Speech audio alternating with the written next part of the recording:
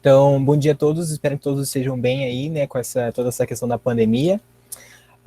Então, vamos lá. Então, o projeto que eu vou apresentar hoje vai ser sobre a metodologia CLIO e aprendizagem por projetos durante o ensino remoto na educação pública. Pode passar, por favor. Então, aqui eu vou passar para vocês rapidamente só o resumo do que a gente vai tratar, né, nessas etapas desse projeto. Então, primeiramente, a pergunta que motivou a pesquisa, os objetivos seriam alcançados durante essa pesquisa, né, um panorama geral também do projeto, a fundamentação teórica, desenvolvimento da pesquisa, o passo a passo da pesquisa, como que ela se desenvolveu, os resultados que a gente adquiriu a partir dessa pesquisa, né, e por fim as considerações finais, referencial teórico, agradecimento e o contato para caso algum de vocês se sinta interessado em saber um pouco mais sobre como aconteceu essa pesquisa, certo? Pode passar, por gentileza. Então, primeiramente, o que motivou? Qual foi a pergunta que motivou essa pesquisa a ser realizada? Então, como otimizar o engajamento dos alunos na aprendizagem por projeto, na aprendizagem por meio da metodologia CLIO no ensino remoto durante a quarentena? Então, essa foi a pergunta que ficou assim de cara logo para que essa pesquisa se desse, né, efetivamente. Pode passar, por gentileza. Então, aqui nós temos o objetivo, né? O objetivo geral seria desenvolver um experimento de implementação da metodologia CLIO no ensino público na sua forma remota por meio de projetos. E os objetivos específicos seriam minimizar os efeitos da pandemia no que tange ao distanciamento social, porque a gente sabe que isso é uma questão bastante importante, né? A gente está sofrendo isso agora. Então, esses seriam um dos objetivos para minimizar tanto para o professor, para os professores, tanto para os alunos. Manter a qualidade de ensino e o engajamento dos alunos mesmo no ensino remoto, que a gente sabe que no presencial já é bastante difícil, no remoto isso acaba que fica ainda mais elevada essa dificuldade, né? E possibilitar aos alunos uma forma mais ativa de aprendizagem e instigá-los a desenvolverem as habilidades necessárias para a atuação profissional e social no século XXI. Essas habilidades a gente já vai ver em seguida quais são elas. Pode passar, por gentileza. Então, primeiramente, o interesse pela pesquisa. Qual foi o interesse? Né? Então, a gente tentou unir aqui o ensino público com a pandemia do coronavírus, certo? Então, a gente tem esses dois fatores aí que meio que entram em combate e a gente tentou unir esses dois fatores para trabalhar nessa pesquisa. Habilidades para a área da informação. A gente sabe hoje que nós vivemos no mundo do século XXI, que é um mundo rodeado por questões digitais, questões tecnológicas. Então, os alunos precisam, né, desenvolver algumas habilidades para que eles atuem efetivamente, né, tanto profissional quanto socialmente, nessa sociedade que a gente está vivendo agora, certo? E daí entra o papel da escola. Como que a escola vai trabalhar, para oferecer para os alunos ambientes e ferramentas para que os alunos possam desenvolver essas habilidades. E que habilidades são essas? Então, pensamento crítico, comunicação, colaboração, criatividade, consciência cultural, alfabetização digital, que é o que a gente está vivendo hoje, né, e autonomia, certo? Essas habilidades, claro, né, elas não têm esses nomes que são fixos, né, isso varia de autor para autor, mas é apenas para vocês terem uma ideia de que habilidades são essas que os alunos precisam desenvolver e como que a escola pode fazer isso. E daí, nesse sentido, entram as metodologias ativas, né? Então, como que a escola vai fazer com que o aluno desenvolva isso? Então, a gente sabia que anteriormente o aluno tinha aquele papel passivo de assistir a aula, o professor ficava lá na frente, transmitia o conhecimento para o aluno e era isso. Então, o aluno só recebia conhecimento. Com as metodologias ativas que a gente está desenvolvendo nesse atual século, a gente inverte esses papéis. Então, o aluno se torna mais protagonista do seu ensino-aprendizado. Então, ele sai desse papel passivo e passa a desenvolver um papel mais ativo. E com isso vem a metodologia CLIO, né, a abordagem CLIO, que significa Content and Language Integrated Learning, tá? Que é uma metodologia que ela coloca em conjunto ali o ensino de conteúdo e o ensino de línguas, no caso uma língua estrangeira, certo? Então a gente vai ali, o professor vai ensinar para o aluno tanto o conteúdo de uma área específica, seja da área de humanas, áreas sociais, áreas exatas, de ciências da natureza, enfim. Ele vai ensinar um conteúdo específico ali de uma área dessas, que não seja da linguagem, mas ele vai ensinar esse conteúdo por meio da linguagem. Então ele vai fazer tanto avaliação, tanto em relação ao conteúdo que ele está ensinando, quanto em relação à linguagem, ao domínio da língua que o aluno passa a ter com essa metodologia, com esse ensino-aprendizado, certo? Pode passar, por gentileza. Porém, com essa metodologia, nós temos aí uma problemática. Que problemática é essa? Então, no ensino público, e no Brasil, que a gente considera esses dois fatores aí para a metodologia CLIL nessa pesquisa aqui específica, nós temos que em uma mesma sala de aula nós temos alunos que apresentam diferentes níveis de conhecimento do inglês, que é o idioma que a gente está trabalhando aqui, certo? E a metodologia CLIL, ela objetiva criar um espaço de imersão para os alunos, fazer com que os alunos tenham o maior contato possível com a língua inglesa, certo? E daí vem a problemática, porque eu tenho alunos que têm um nível, podem ter um nível muito avançado de língua inglesa, e em contrapartida temos outros alunos que talvez não conheçam nada de língua inglesa, não saibam nem o básico. Então a gente tem esse combate aí dentro de uma sala de aula. Por isso essa é uma problemática. Para tentar solucionar essa problemática, nós temos aí o que a gente chama de Translanguage CLIL, que é quando o professor ainda tenta promover, né, esse ambiente, esse espaço de interação, de imersão da língua inglesa para os alunos, ao mesmo tempo em que, caso o professor ou os alunos sintam necessidade de recorrer à sua língua materna, que no caso aqui é o português brasileiro, ele possa fazer essa, né, recorrer ali à língua portuguesa para conseguir desenvolver melhor a aula, certo? E daí, paralelamente ao CLIL, nós temos o STEAM, que a sigla significa Science, Technology, Engineering, Arts and Math, que a diferença entre essas duas metodologias é que o CLIL ele desenvolve a avaliação, ou seja, ele avalia o aluno tanto no conteúdo que ele ensina para o aluno, quanto na língua. O STEAM não. O STEAM ele avalia apenas o conteúdo. O STEAM ele vai trabalhar também a língua, né? Ele vai dar aquele conteúdo numa língua estrangeira, que geralmente é o inglês, mas ele não vai avaliar o conhecimento que o aluno tem da língua. Ele vai avaliar apenas como o aluno aprendeu aquele conteúdo. Então ele meio que deixa a língua de lado nessa questão de avaliação para avaliar apenas como o aluno aprende aquele conteúdo. Beleza? Pode passar, por gentileza. Então aqui eu vou passar para vocês bem rapidamente mesmo como que a gente dividiu a fundamentação teórica. Então foi dividido em 4 partes, certo? Então primeiro a gente passou a considerar as 24th Century Skills, tá? Que são essas habilidades que a gente falou no comecinho lá, que os alunos precisam desenvolver e que a escola precisa trabalhar para ajudar os alunos a desenvolver essas habilidades, certo? Então essa foi a primeira parte da fundamentação teórica, quais são essas habilidades e como a escola pode ajudar o aluno a desenvolver essas habilidades. As metodologias ativas, né? Então, aí também se trabalha metodologias ativas, que é uma das formas de fazer com que o professor, a escola, desenvolva essas habilidades nos alunos. Em terceiro lugar, a gente tem daí parte diretamente para o CLIL, que é um tipo de metodologia ativa, certo? Que a gente utilizou aqui como fundamentação principal ali o Jeremy Harmer, esse livro aí que vocês podem encontrar, é um livro bastante interessante. E por último, a gente foi para a questão da influência da pandemia do coronavírus na educação, né? Então, a gente está tendo essa questão da pandemia e como que a gente consegue ainda desenvolver um ensino de qualidade mesmo durante a pandemia, certo? Pode passar para a gentileza. Então, aqui a gente tem a metodologia, né? Como que desenvolveu essa pesquisa? Então, primeiramente, essa pesquisa é de cunho exploratório, certo? Porque nós tentamos aplicar a metodologia CLIL de forma remota no ensino público, né? Então, como que a gente consegue fazer isso? O público-alvo, então, foram alunos de ensino público em fase de vestibular, certo? E para atingir esses alunos, a gente acabou que divulgou essa pesquisa, né, que a gente está apresentando agora em uma ONG de Curitiba para cerca de 60 pessoas. Porém, a gente teve daí, logo em seguida, que o número de participantes ele foi bem baixo. Então, a gente teve um número de pessoas que se sentiram interessadas por esse projeto, por participar desse projeto, e logo a gente fez questionamentos com relação à disponibilidade de horário, de tempo, enfim, dedicação. E no final a gente chegou numa amostra que, infelizmente, foi uma amostra bastante pequena. A gente chegou numa amostra de apenas uma aluna que se interessou efetivamente por participar do projeto e que levou o projeto desde o início até o final, fez todas as etapas, participou certinho. Tá? Então, nossa amostra aqui, no caso, foi composta de apenas uma aluna de ensino médio público, certo? A plataforma que a gente utilizou, no caso, para fazer esses encontros síncronos foi o Google Meet, porque a gente não poderia fazer os encontros de forma presencial, obviamente. E a metodologia desenvolvida aqui que a gente colocou, primeiramente, a gente desenvolveu uma unidade didática, né, e ela foi composta por 3 encontros síncronos, certo? Desenvolvidos através do Google Meet. E o tema que foi discutido nesses encontros foi a problemática Public Transportation in the Big Cities, certo? Então, nesse sentido, tem muitos comentários aqui, eu não consigo acompanhar tudo, mas eu estou cronometrando aqui mais ou menos, então estou meio no tempo.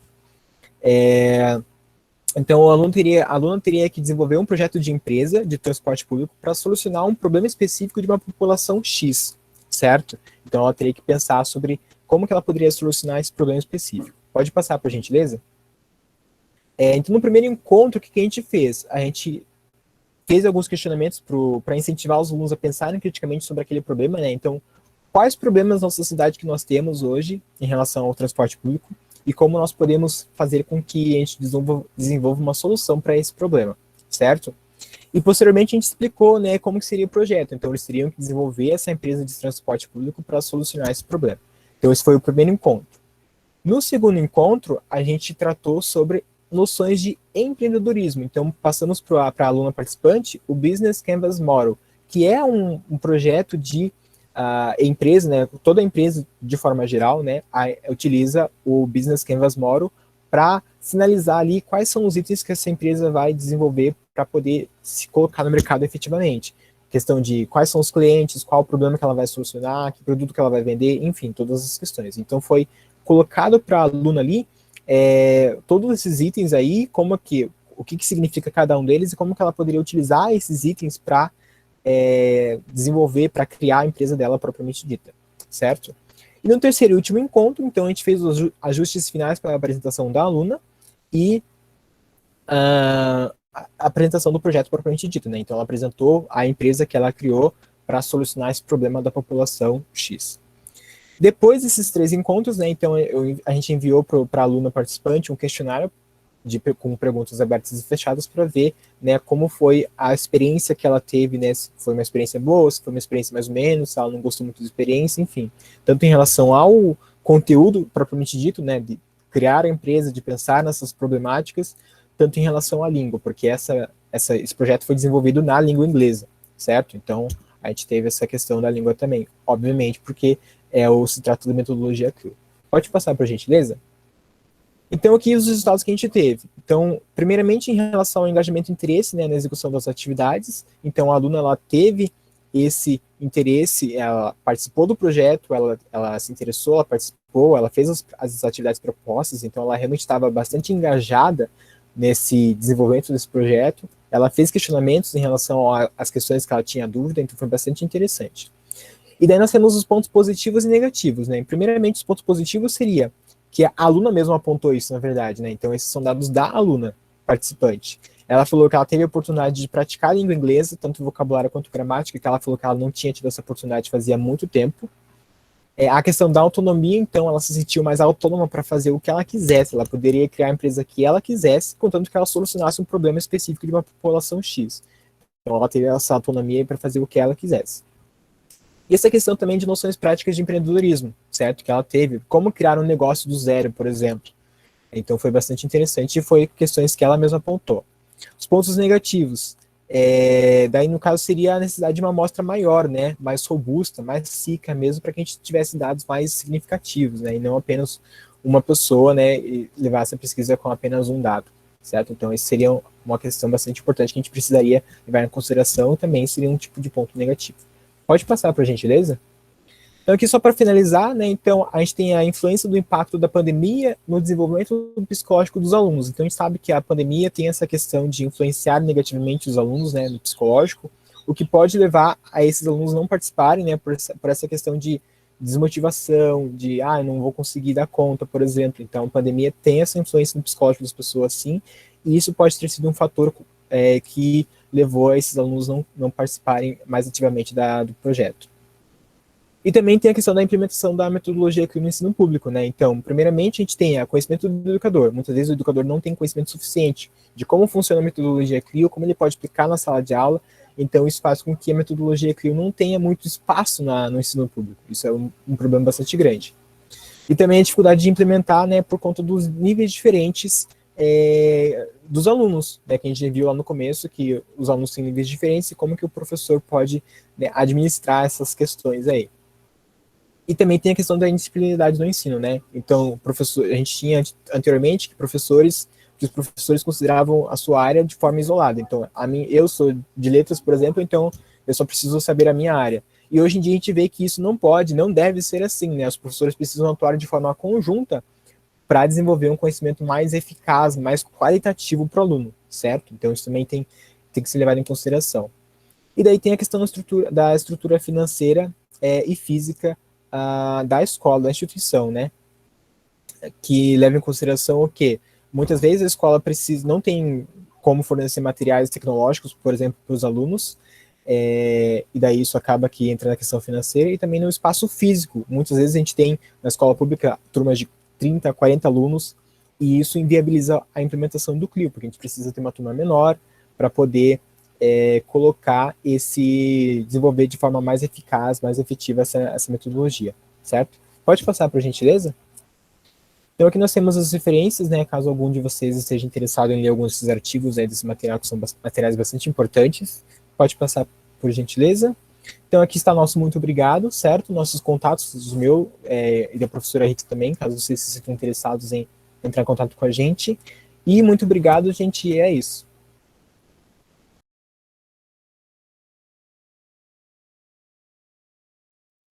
Muito bem, Giovanni, parabéns pela apresentação, pelo trabalho, pela pesquisa, foi muito suor, muita dedicação, muito planejamento, e você colocou isso muito bem nos slides, é um prazer estar junto com você nesse trabalho, e agora, não sei se temos alguma pergunta. Eu posso falar? Tem que escrever. Pode falar, por favor. Oi, gente, bom dia. Parabéns, Giovanni. Parabéns, Rita. Muito legal, né?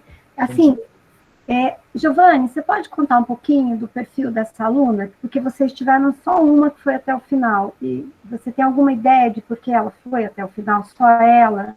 Porque, não sei, fiquei pensando, né? E ela foi tão madura nos comentários ali. Então, na verdade, assim, ela realmente já é um pouco mais velha, na verdade, ela é proveniente do ensino público mesmo, mas ela já terminou o ensino público já faz um tempo, porque ela já tem 22 anos, né, então ela tá na época de vestibular, mas ela já passou do ensino médio já faz um tempo já. E com relação à participação dos alunos, ou no caso a não participação dos alunos, eu acho que é mais com relação a essa desmotivação por conta da pandemia, né, porque os alunos estão em casa, eles não têm contato com os professores do pré-vestibular, por exemplo, que é o que eles estão fazendo atualmente, então isso acaba que influencia muito nessa desmotivação, né, de não se sentirem mesmo interessados por fazer projetos ou participar de alguma coisa que seja voluntária, no caso. Entendi. E você acha que vão replicar? Vão fazer de novo? Vão tentar outra amostra em outra ONG, com outro público? Não sei. Então, com certeza, assim, o interesse de tentar com uma amostra maior e ter dados mais robustos mesmo, é um interesse, assim, bastante grande. Então, com certeza, dá para fazer sim, e o objetivo não é parar por aqui, não. Isso. Ok, parabéns, obrigada. Né? E eu acho que você podia ter apresentado em inglês. Eu pensei nisso, mas, não sei. Deixa disso, meu. You can do it. I'm sure you can do it. Já tem um problema com o tempo de falar demais em português e inglês, então, nossa. Você fala rápido e demais em inglês também. I know it. Obrigado, prof. Parabéns, Giovanni. Giovanni, parabéns a Rita. O trabalho é bem instigante, né? E uma coisa que eu estava pensando aqui enquanto o Giovanni estava falando é que mais do que nunca a gente precisa dessas pesquisas, né? Do engajamento também de outros alunos. Então, eu acho que seria até interessante você compartilhar ou fazer uma pesquisa sobre essa pesquisa com os seus colegas, né? Eu acho que seria bem interessante, porque a gente está realmente passando um momento muito complicado, de muita desmotivação, de muitas questões psicológicas, emocionais, né? Eu te digo. E eu acho que até se essa tua pesquisa fosse também aplicada, né, aos seus, assim, aos nossos alunos, né, aos seus colegas, né, para ver as ideias que eles têm, para ver como é que eles recebem, né, essas metodologias. Então, eu acho que seria bem interessante você e a Rita pensarem nesse segundo momento, né? Eu acho que seria bem interessante, porque vocês são... a gente está trabalhando com futuros professores, né? Pelo contexto da nossa nova realidade, a gente vai ter que ter muitas cartas na manga, né, no nosso futuro, a médio, longo e curto prazo, né? Então, acho que seria bem interessante você realmente conversar com os seus pares, os seus colegas, e temos muitos alunos, né? Nós temos 3 cursos de letras, né? Se a gente for pensar, são muitos alunos, né? Que podem, assim, usufruir. Se beneficiar, né, Regina? Pois é, né? E pensar, né, nessas metodologias, tanto para o português quanto para o inglês, né? Sim. Minha gente, posso perguntar, fazer só uma, antes de para o Joane e para a Rita? Oi, Beth, pois Posso não, pode ir lá, prazer. Olá, tudo bem? Bem rapidinho, não quero atrasar. Gente, vocês fazem uma relação entre o task-based methodology e a aplicação dos projetos? É só uma pergunta. Quanto Sim. tem task-based learning, né, dentro dos projetos? Bastante, né? Então, nesse caso a gente tem, por ser uma metodologia que a gente tem bastante isso, na verdade, né? Sim, né? A gente dá a tarefa para o aluno e você tem que fazer, mas daí tem também a questão da autonomia, né? Então, a gente dá a instrução e faça. Legal. E é isso. Mas é bem isso mesmo. Legal. Obrigadão. Parabéns.